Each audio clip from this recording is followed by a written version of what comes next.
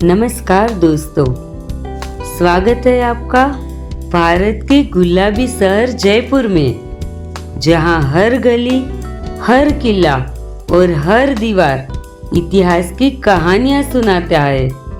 जयपुर की हवाओं में है कुछ बात ऐसी जो हर दिल को खींच लाती है, यहाँ की रंगत वैसी।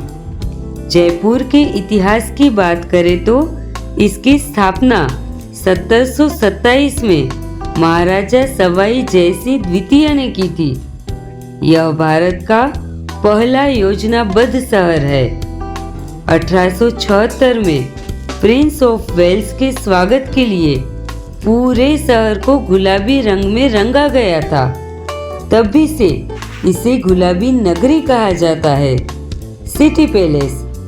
जयपुर का सिटी पैलेस मुगल, राजपूत और यूरोपीय वास्तुकला का बेहतरीन मिश्रण है।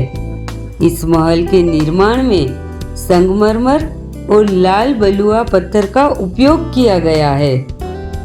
मुबारक महल। यह महल महाराजा मदन सिंह द्वारा बनवाया गया था। अब इसका टेक्सटाइल म्यूजियम के रूप में उपयोग किया जाता है। चंद्र महल सिटी पैलेस का सबसे महत्वपूर्ण और भव्य हिस्सा है। यह शाही परिवार का निवास स्थान है। महल की 7 मंजिलें हैं और हर मंजिल की अपनी विशिष्टता है। यहाँ संग्रहालय भी है।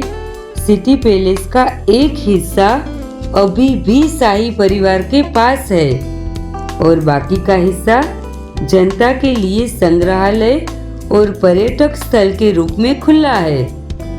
इस महल को देखने का समय सुबह 9:30 बजे से शाम 5 बजे तक का है। जयपुर और सिटी पैलेस घूमने का सबसे अच्छा समय अक्टूबर से मार्च के बीच का है। सिटी पैलेस के हर कोने की खूबसूरती तस्वीरों में कैद करने लायक है। हवा महल। जयपुर का गुलाबी मुकुट। जयपुर का हवा महल राजस्थानी वास्तुकला के साथ साथ मुगल और फारसी शैली का मेल करते हुए डिजाइन किया गया है। इसे 1799 में महाराजा सवाई प्रताप सिंह ने बनवाया था। इसे लाल और गुलाबी बलुआ पत्थर से बनाया गया है। यह महल 5 मंजिला है और उसकी ऊंचाई लगभग 50 फीट है। इस महल की सबसे अनूठी विशेषता इसकी 953 झरोखे हैं, जिन्हें जालीदार डिजाइन में बनाया गया है।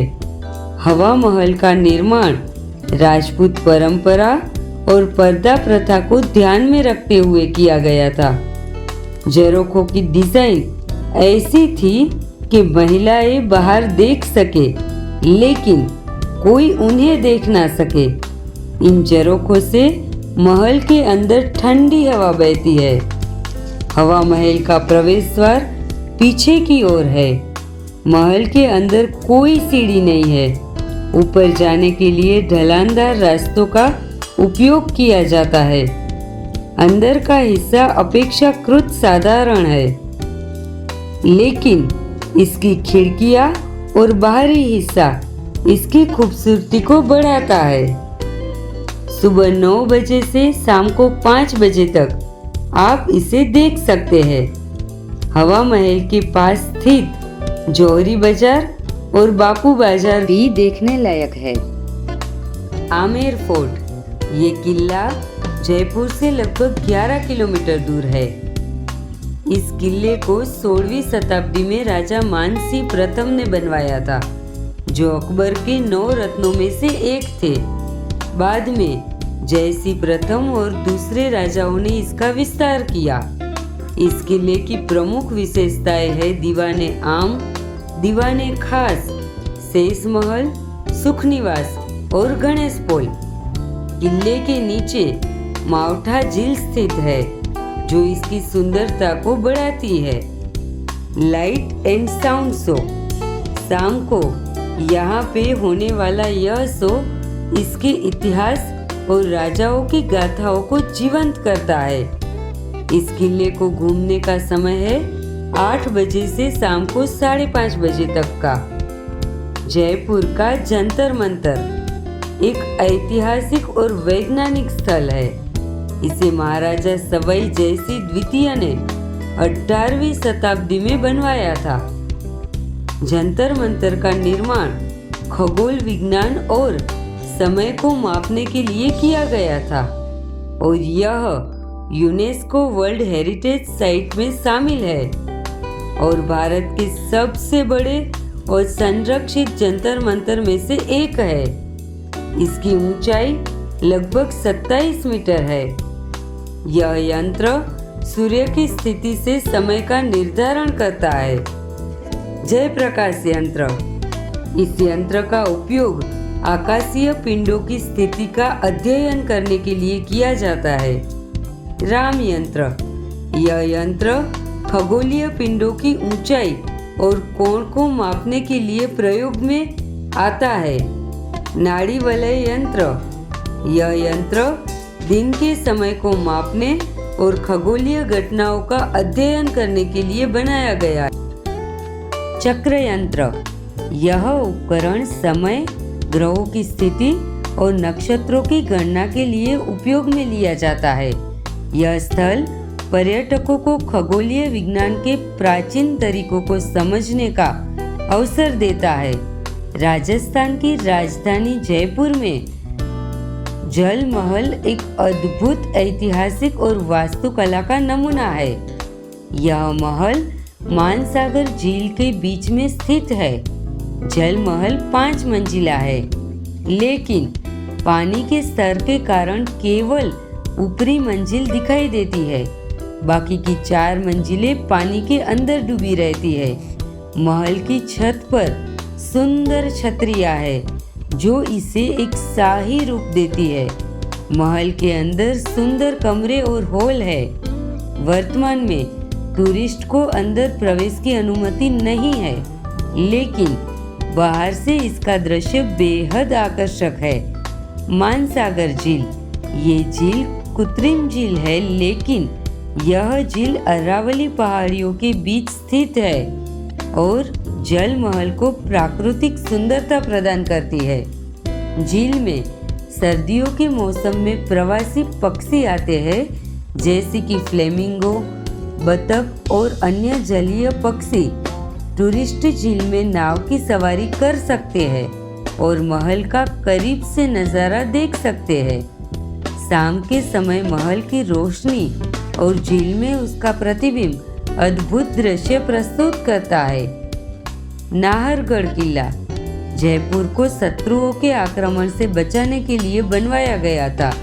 इसमें कई शानदार हॉल, आंगन और कमरे हैं। माधवेंद्र भवन किले का मुख्य आकर्षण है, जिसमें राजा और रानियों के लिए 12 अलग अलग महल बने हुए हैं। इन महलों को इस तरह से डिजाइन किया गया है कि राजा हर रानी से व्यक्तिगत रूप से मिल सके। किले से जयपुर का मनोरम दृश्य दिखता है, विशेषकर सूर्यास्त के समय। आज यह पर्यटकों के लिए पिकनिक और फोटोग्राफी के लिए लोकप्रिय स्थान है। जयगढ़ किला, यह किला आमेर किले से जुड़ा हुआ है और इसे जयपुर की शाही रक्षा की रीढ़ कहा जाता है।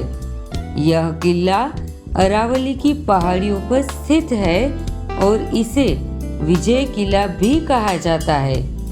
इसका निर्माण मुख्यतः हथियार और बारूद भंडार के रूप में किया गया था। यह किला जयबान तोप के लिए प्रसिद्ध है, जो विश्व की सबसे बड़ी चल तोपों में से एक है। यह तोप एक बार भी युद्ध में इस्तेमाल नहीं की गई है, लेकिन इसकी ताकत देखने लायक है। पानी इकट्ठा करने के लिए यहाँ पर एक विशाल टैंक है। जयगढ़ किले और आमेर किले को जोड़ने वाली एक गुप्त सुरंग है, जो आपातकालीन स्थितियों में उपयोग होती है। इस किले को कभी किसी भी आक्रमणकारी ने नहीं जीता, इसीलिए इसे अजयगढ़ भी कहा जाता है। सुबह 10 बजे से शाम को 5:30 बजे तक यह किला घूम सकते हैं। जयपुर में हर त्योहार धूमधाम से मनाया जाता है, जैसे तीज और गणगौर। यहाँ के लोग अपनी परंपराओं को दिल से निभाते हैं। जयपुर का दाल बाटी चूरमा, गट्टे की सब्जी और मिठाई में घेवर और फीणी सबसे पहले आते हैं। यहाँ का जौहरी बाजार पारंपरिक गहनों और कुंदन मीना कारीगरी के लिए प्रसिद्ध है। बापू बाजार ब्लॉक प्रिंट कपड़े और जूतियों के लिए फेमस है। ब्लू पोट्री और लाख की चूड़ियाँ यहाँ की विशेष पहचान है। तो दोस्तों, यह था जयपुर का एक छोटा सा सफर। अगर आपने अब तक जयपुर की यात्रा नहीं की तो जरूर जाए और खुद इस गुलाबी नगरी की खूबसूरती को महसूस करें। जयपुर है भारत का दिल और दिल की हर धड़कन यहाँ बसती है। धन्यवाद। इस गुलाबी नगरी को अपने दोस्तों के साथ जरूर शेयर कीजिए और आगे की वीडियो देखने के लिए हमारे चैनल को सब्सक्राइब करें। धन्यवाद।